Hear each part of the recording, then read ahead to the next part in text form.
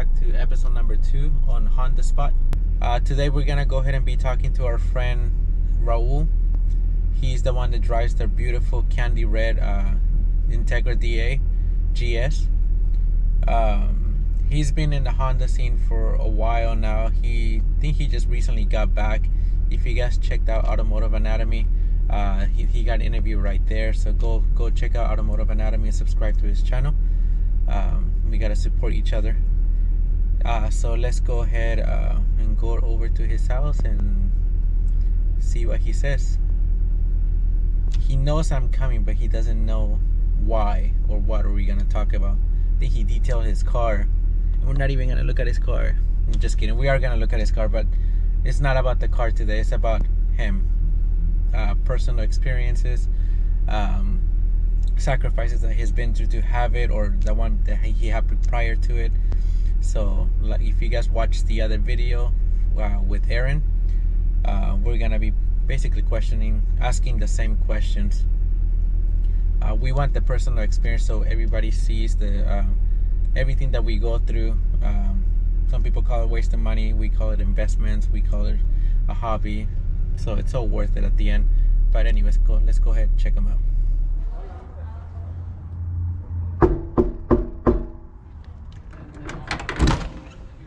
What's up? That is you. How's it going, brother? Oh, I'm already recording? You're recording already, man. You're being recorded. Hey, You didn't get to get pretty or nothing, huh?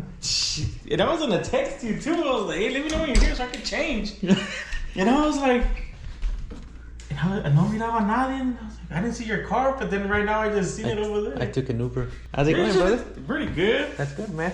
Maybe that's how we found so I can change. No, man, the whole thing of the episode is called Honda Spot. So I'm going to get you on the spot and I'm going to be asking you questions. So the whole detailing thing, I don't even know why you did it. Oh. We're just going to talk about you.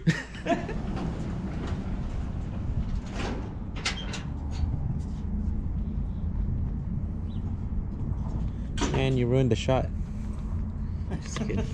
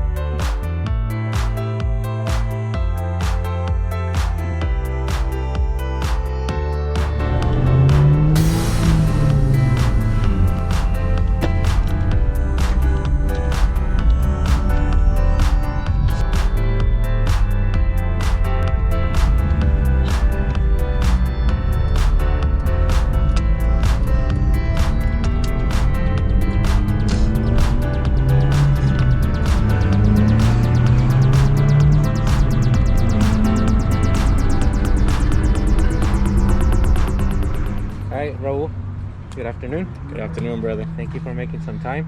I caught you off guard. You did, like you really did. off guard. I don't know if he's gonna put that in the video or not, but if he does, like, well, you're gonna get me raw and uncut, you know? Sounds nasty, but yeah. It was a PG episode.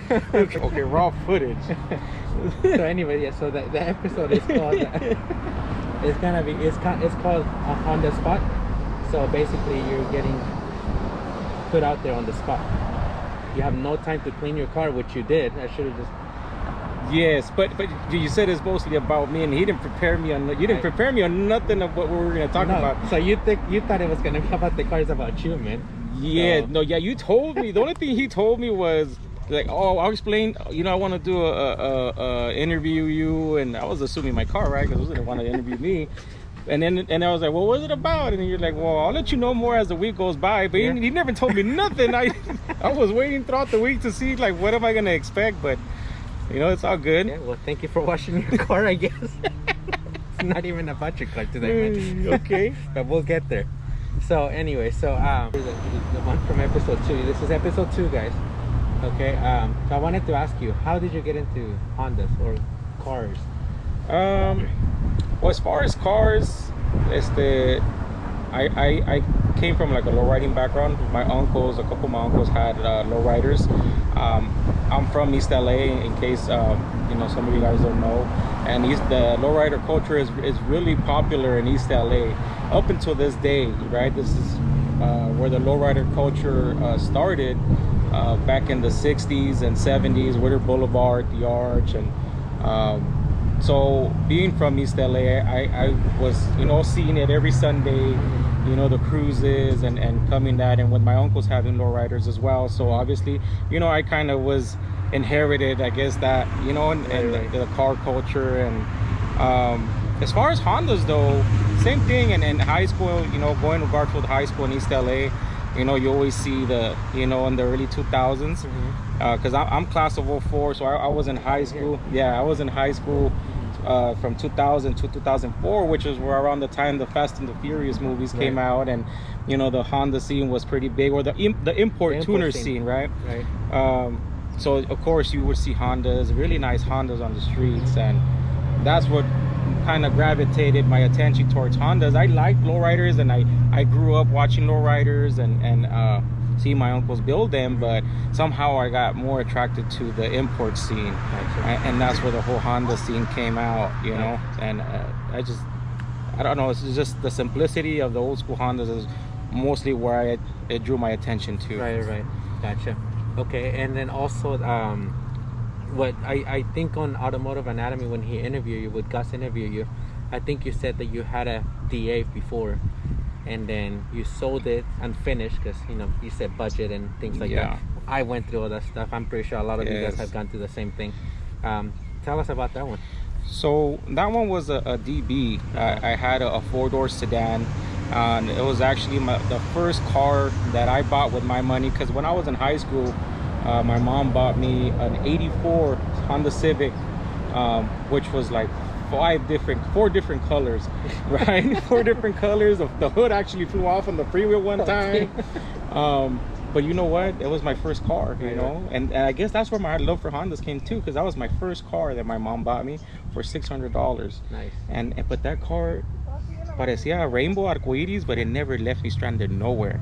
So I grew a special attachment to that. But when I started East LA College, ELAC, with my financial aid money, again being on a budget, I bought myself my first Integra, which was a 4-door sedan, a DB. And like I said in Gus's video, I fixed it up according to my budget. I mean, I had a part-time job, and I had financial aid, and then I was going to school, so there's only so much I can do with the part-time job, still having bills, and daily living.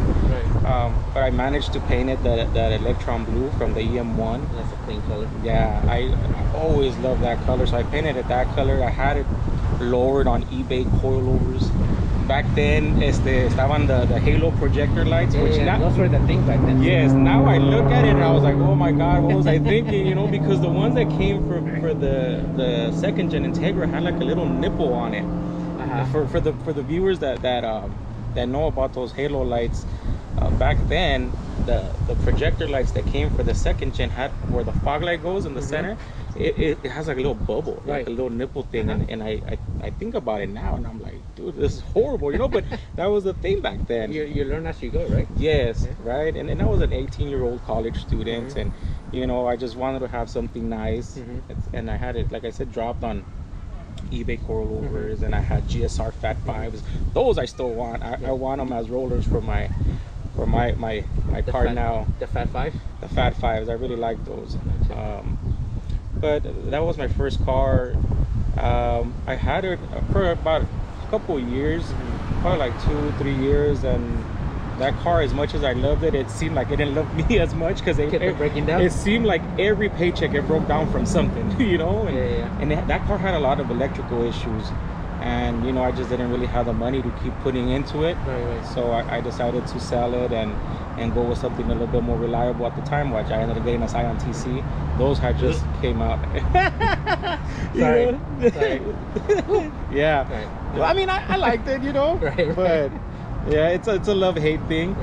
But I wish I would have kept it now. And it's funny because back then the four-door sedans weren't really such a hot commodity like they are now. Right, You know, at least I didn't see. I always saw two-door hatches. You know, I saw the EGs, I saw the coupes, but never people fixing the four-door sedan like they are now. Right. I think what it is that everybody does everything like the same way, and you have the new kids or the new people that want to say they want to break apart from the norm. Yeah, stand out on their own. Right, right. Which is kind of cool. Yeah. So, you know, I had, and I parted ways with it.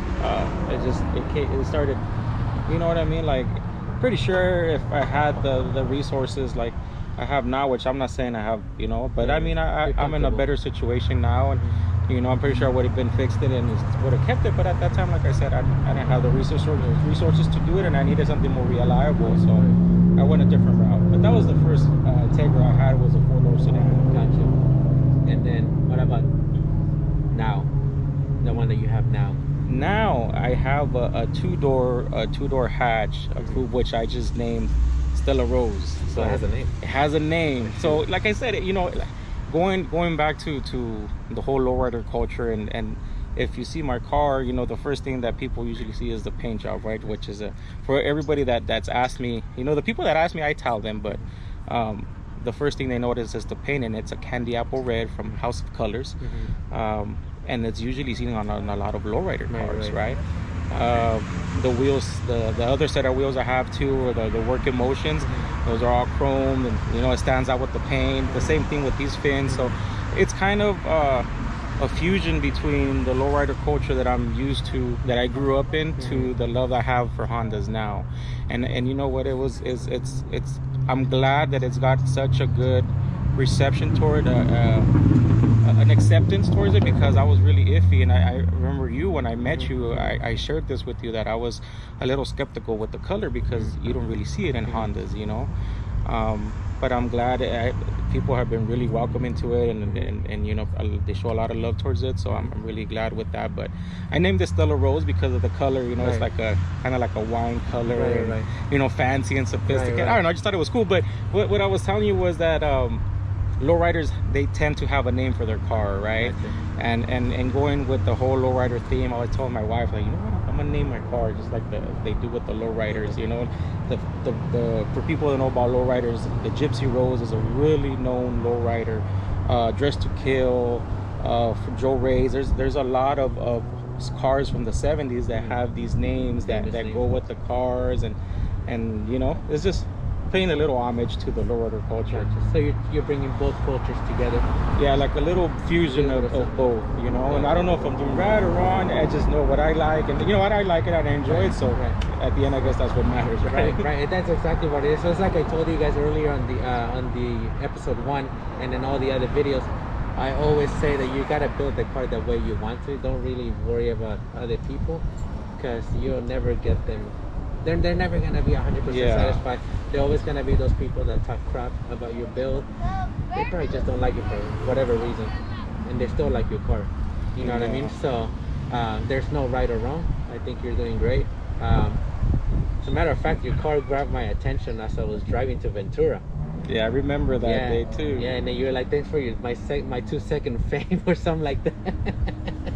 That was funny. I had to put it on the video, and that was the only shot I had. Not a Honda. Not a Honda. A Jaguar. We'll edit that part out. This is not a No, Honda. I'll put it there. So now tell me, so everything that you're getting on your car now, there has been a process. You didn't get it the way it was. So what do people tell you when you buy parts? Like, does your wife tell you something? Does your family say something? It's like, hey, why are you throwing away all this money on that old Honda? What are the sacrifices that you go through? You know what?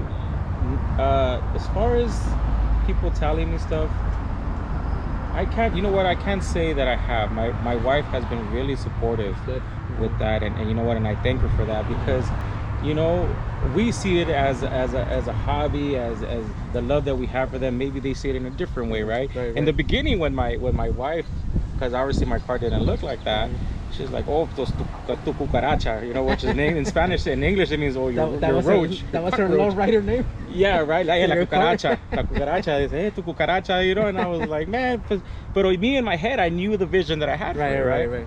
But you know what? Ella siempre me dijo, hey, pues es tu carro, me dice, yo te apoyo, dice. She would tell me, like, hey, I support you, whatever you have with your cucaracha, dice. I support you. So Arias, you know, I love you for that, and she's been really supportive with it. The rest of my family as well too. That's good. So in that sense, I have no complaints there. My wife's been really supportive with it. As far as the parts and everything, these cars are becoming rarer and rarer. You know, I've seen these cars going for a ridiculous amount on OfferUp, and they're just like primered and stuff. And the same thing with the parts; they're getting really hard to find.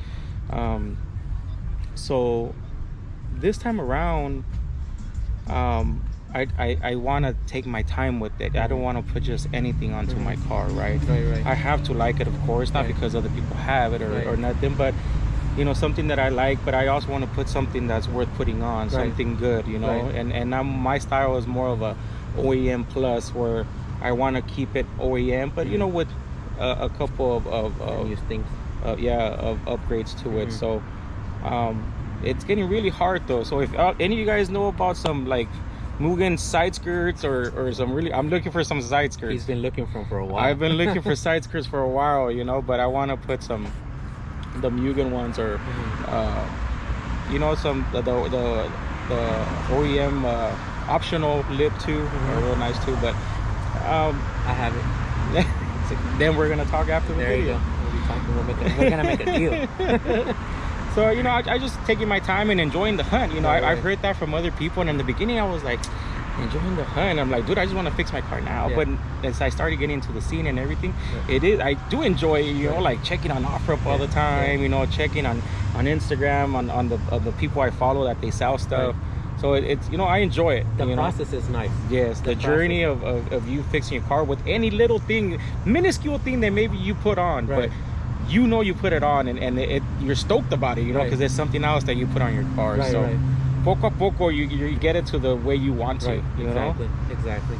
Now, as far as sacrifices, have you ever made like a sacrifice that you get something that's not too pricey, but pricey enough to you be like, okay, today we're eating rice and beans. No, okay, that's extreme. Okay. Yes. I'm pretty sure there's some people that have done it, like the hardcore people. Yeah. But have you? What are the sacrifices that you made? There's some of one that comes to the top of your head. You know what? There are sacrifices, not to the point where it's, we're gonna eat rice and beans and stuff, because you know, I've been fortunate enough that I live pretty comfortable. You know, my wife works, I work, so. But then again, you also have your responsibilities. You know, your daily your priorities, and you know, me being an adult, I have to put things into perspective. Yes, I want my car to look a certain way, and yes, maybe I have the money at the time to get it, but I also have, you know, the house. I also have the bills. I have, you know, to get market or X, Y, and Z, right? And I can't forget about my family, like you know, my wife, and you know, so there's a lot of things that I want to do, but I have to plan it before I do it, and really analyze the situation, like with the wheels that I have.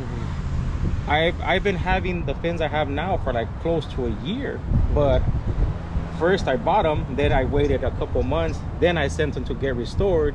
I waited another month or two, then I put tires out. It's not like I did it all together, all at once, right? Because you know, I don't have that type of money to do that. So it is a sacrifice, because things that you want to do to it, maybe you want it and you want it now, but you just don't have those type of resources to do it like that. You know what I mean? No, it makes sense. So I've been basically in the same situation like that too, because parts are not cheap, especially now they're pretty pricey. And like you said, we all have priorities, and we're gonna go ahead and spend the money wisely. But yet we're still trying to feed our hobby too. And we got family to feed. The hobby needs to be fed too. Otherwise, you know, that's when you lose interest on the project. Yeah, and I think it's a beautiful, healthy hobby. Yeah.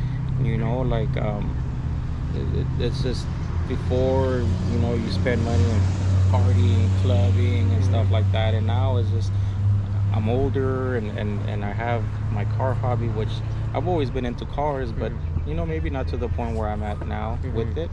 and it's a healthy hobby. I enjoy going to Cars and Coffees, you know, Mm-hmm. seeing my friends like yourself, Mm-hmm. Gus, Isaac, and going with my wife and my Mm-hmm. brother-in-laws, and it's like the most beautiful thing for me, going on a Sunday morning, waking up, Mm-hmm. you know, getting coffee, Yeah. you know, meeting your friends, chopping it up, Relaxing. and by 10 and 30 in the morning, 11, okay, todos pa su casa, Yeah. you know, and Yeah. then you go about the rest of your Right. Sunday, you know what I mean? Right. So it's a good start. it's a a really good healthy start. it's a healthy hobby. It's something I think really beautiful and really nice.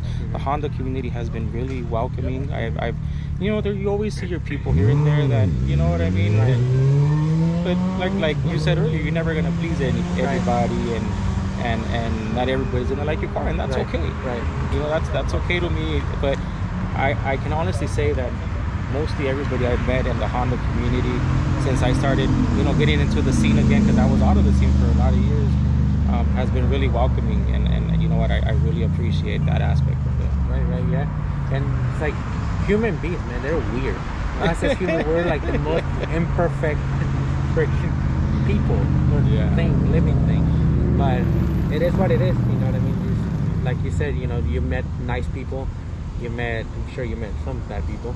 So, and that actually leads me to the next questions.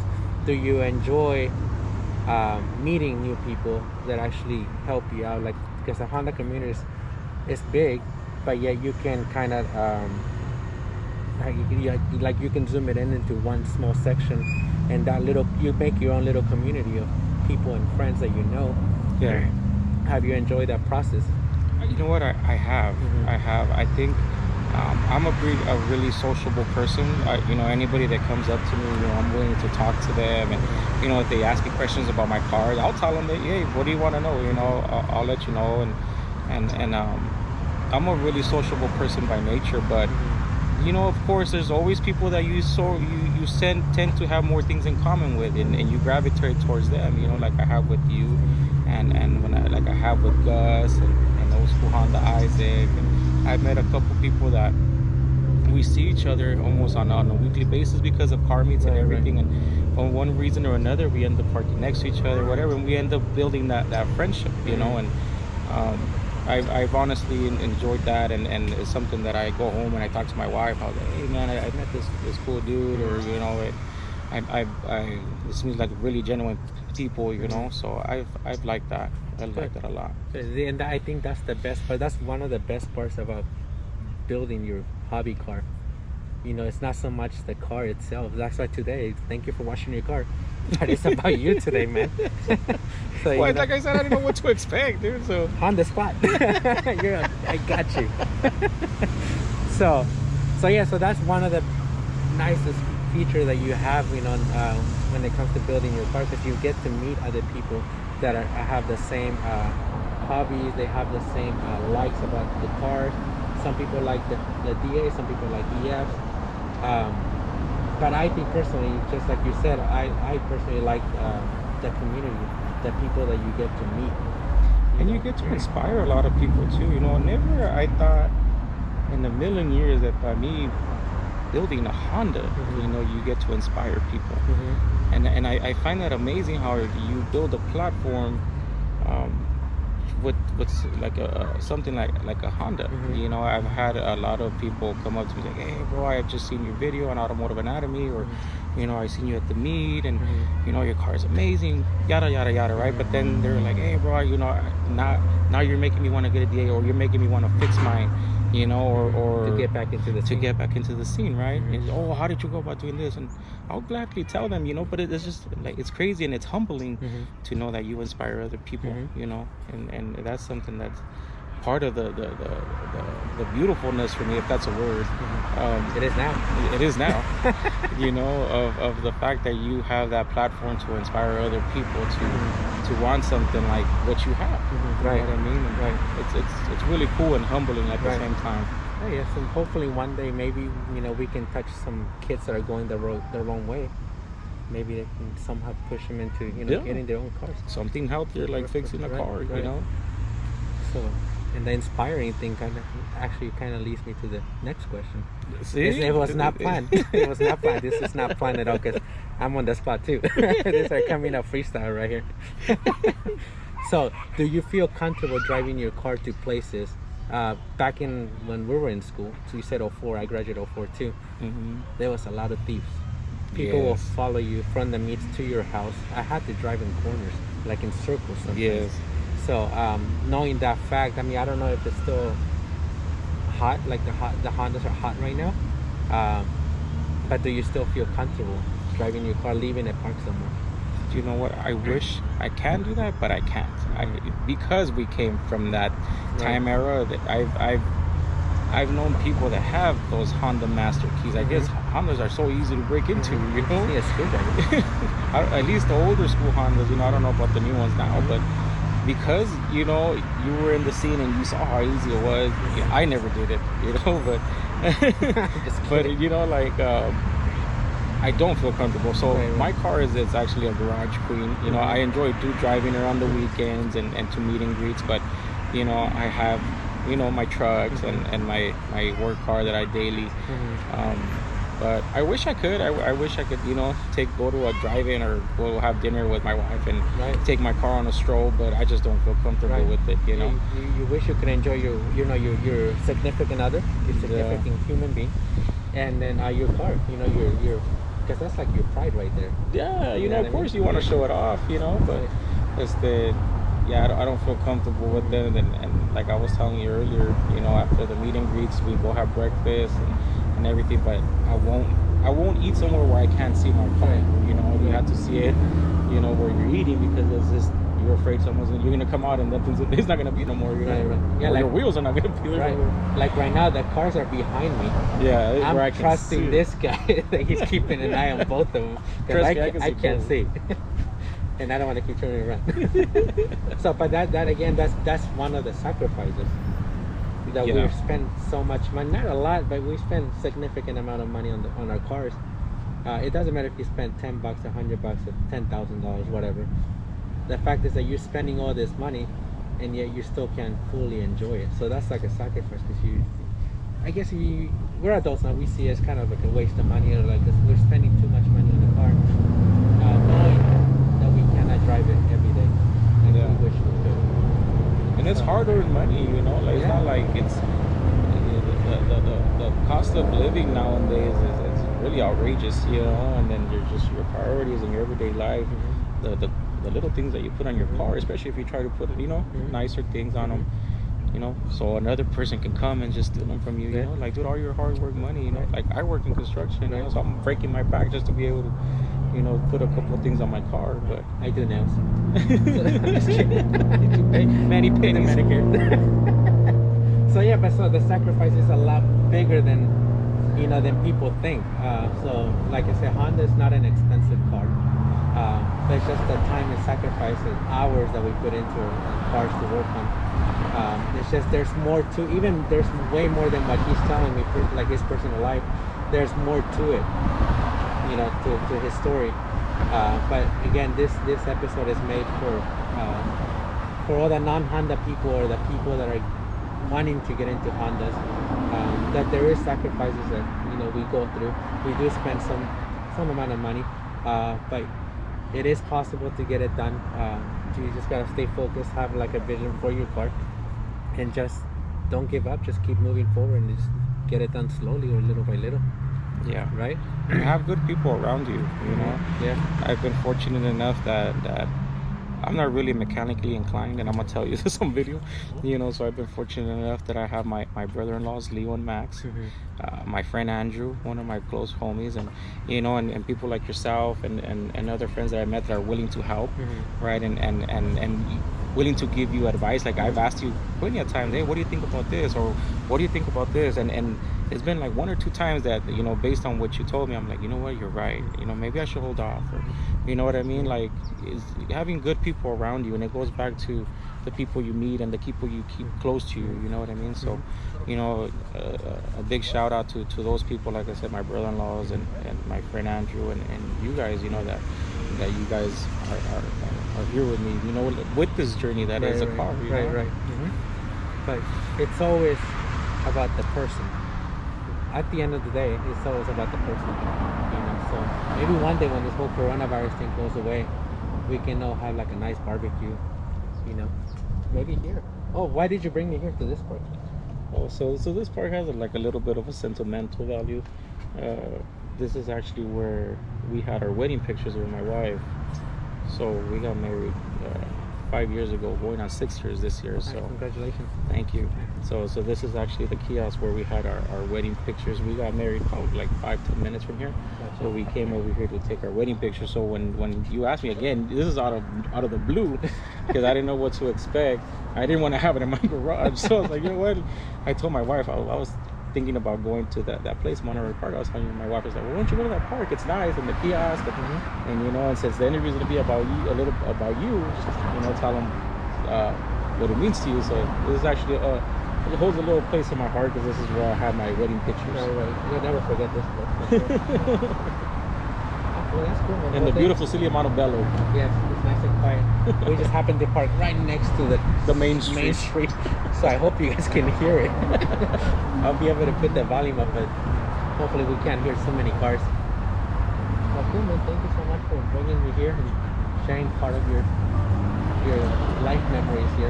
Yeah. So it's gonna be a new memory. The day you cleaned your car and we didn't even film it. It's all good. I needed it anyway, so it's all good. Sounds good. This is all gonna be edited, so you can say blah blah blah blah blah. It's not gonna be.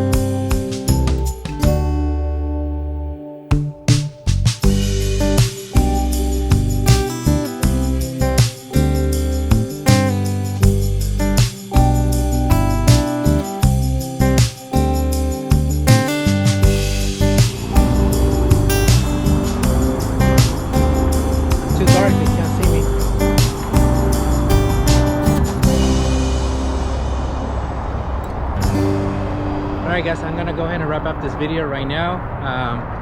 We came down to another spot right here. It has a nice view of the kind of LA County a little bit and the freeway. But the cars look amazing from here. So did a little montage for Raul's car so he doesn't cry because he washed it. Gotta make it worth it, Right, man. You right. know? So I'm gonna go ahead and wrap it up, and then thank you for watching. Hit the like button, subscribe, and then stick around for more. If I'm at a car meet and then I see your car and I, for whatever reason I like it or you happen to be there, I might just put you on the Honda spot, bro. So be there. And then Raul, thank you again for your time. Thank you. Really appreciate it. And then thank you for sharing your story with everybody. So Thank you. all right, guys, take care, have a good day, and I'll see you guys later. Bye.